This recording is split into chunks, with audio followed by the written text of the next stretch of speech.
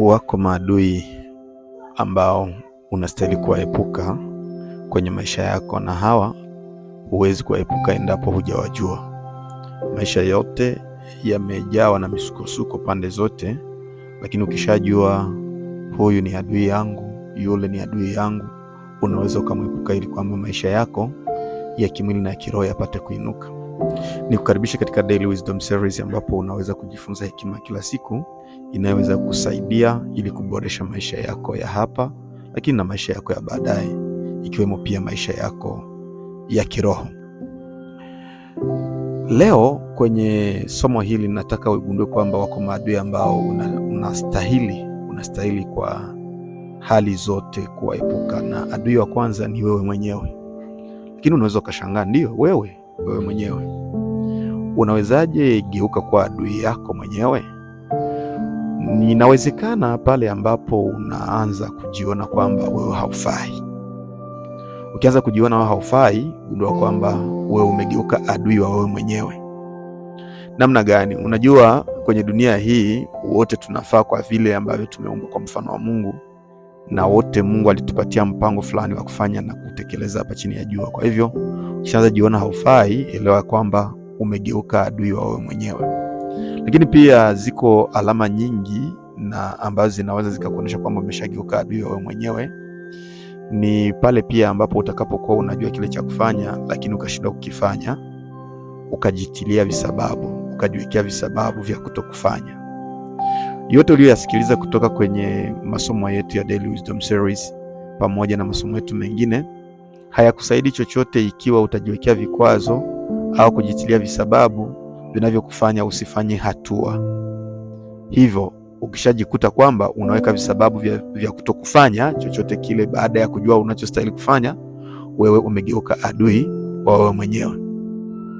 Alama nyingine itakayo kuonyesha kwamba umegeuka adui wa wewe mwenyewe ni pale ambapo unadharau hata tendo lililo dogo ambalo linaweza likakusukuma mbele. Kuna msemo mmoja wa falsafa wa Kifaransa unaosema tout affecte tout. Msemo huo ni msemo ambao ni wa kifalsafa, lakini unaweza ukabadilisha maisha kwa yule ambaye anayetaka kusikiliza. Kwa sababu kwenye msemo ule utagundua ya kwamba akishasema tout affecte tout, ni kijaribu kutafsiri kwenye Kiingereza, hata kama misemo ya falsafa mara nyingi huwa inapata matatizo kuitafsiri, ni all affects all. All affects all. Na hiyo ni kwa maana ya kusema yote huathiri yote. Yote huathiri yote. Ina maana hata tendo liwe dogo namna gani, lina uwezo wa kuathiri matokeo makubwa sana ya maisha mzima. Kwa hivyo utakapoanza kudharau angalau tendo moja dogo ambalo ungelifanya, lakini ukaanza kulidharau kwa kuzani kwamba kwa sababu ni dogo haliwezi kuleta mabadiliko yoyote, wewe utakuwa umegeuka adui wa wewe mwenyewe. Na hayo nimeyasema kwa sababu wa kulaumiwa sio mtu mwingine kwa nafasi ya kwanza. Yaani kwa nafasi ya kwanza yule ambaye anastahili kulaumiwa ni wewe mwenyewe kabla ya kulaumu mtu mwingine. Kwa kuwa aliyekataa kwanza baada ya kujua kile alichostahili kufanya ni nani? Si ni wewe? Ni wewe ndio uliyekataa kwanza. Anayejiwekea visababu vya kutokutenda ni nani? Ni wewe mwenyewe.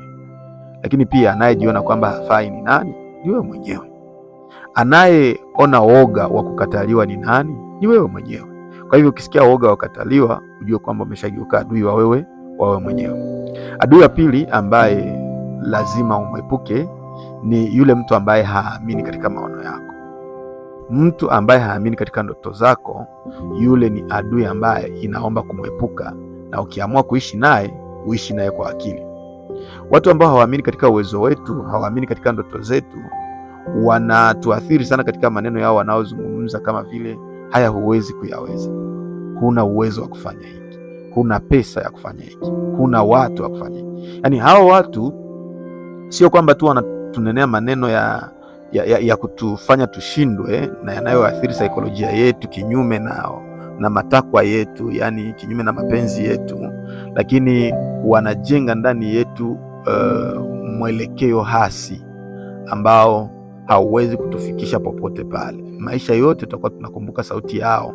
Yaani kuna mwangwi fulani hivi, kama mwangwi ambao unafika kabisa kwenye masikio yetu, kwenye ubongo wetu. Tunapotaka kufanya matendo fulani, tunawasikia kama vile wanatuambia zile saa. Hata kama watakuwa wameshaenda au kama walituambia miaka mingi iliyopita, utasikia sauti yao ikikwambia wewe huwezi.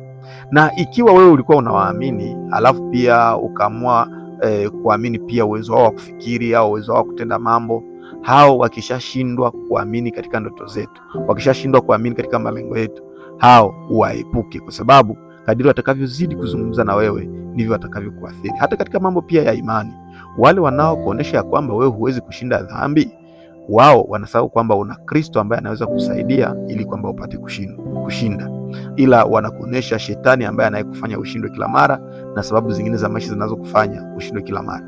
Kwenye maisha pia ya kutenda maendeleo yetu binafsi, katika miradi yetu mbalimbali na kufuatilia malengo yetu, watu kama na wale ni adui zetu. Yaani mtu wa kwanza ambaye ni wa kuepuka kama adui ni wewe mwenyewe, lakini pia mtu wa pili ni yule mtu ambaye haamini katika ndoto zako. Adui wa tatu ambaye lazima umwepuke ni yule mtu ambaye kila mara ukiwa naye hawezi kukuonesha fursa ilipo. Hata kama anajua popote pale ambapo fursa ipo, ila yeye hawezi kukwambia. Inategemea pia sababu zinazomfanya asikwambie, lakini fikiria kwamba ukiwa na mtu wako wa karibu, unaamini katika uwezo wake. Je, unaweza ukashindwa kumwambia mahali fursa ilipo na unajua kwamba anaweza kufanya? Yaani ni mtu ambaye unaamini kwamba fursa anaweza akazipata, lakini kama hajawahi kukuonesha fursa yoyote ile, jua ya kwamba huyu mtu hajafanya nini? Hajakuthamini. Na kabla ya kumtema, na kuomba upate kumzungumzia sababu yako wewe kuonesha huzuni mbele yake. Mwambie 1, 2, 3 hili na hili, najua umepata fursa hizi na hizi, lakini kama hujawahi kunionyesha popote pale ambapo fursa ilipo, ili na mimi nipate kujitoa kimaisha. Sasa je, kuna kasoro yoyote ile ambayo nadhani ningeibadilisha au ningeboresha nukta fulani ya maisha yangu au vipi? Unisaidieni basi ili kwamba nipate kujua na mimi nipate kujiboresha. La sivyo, mimi kweli nimehuzunika, na umuoneshe ukweli wako.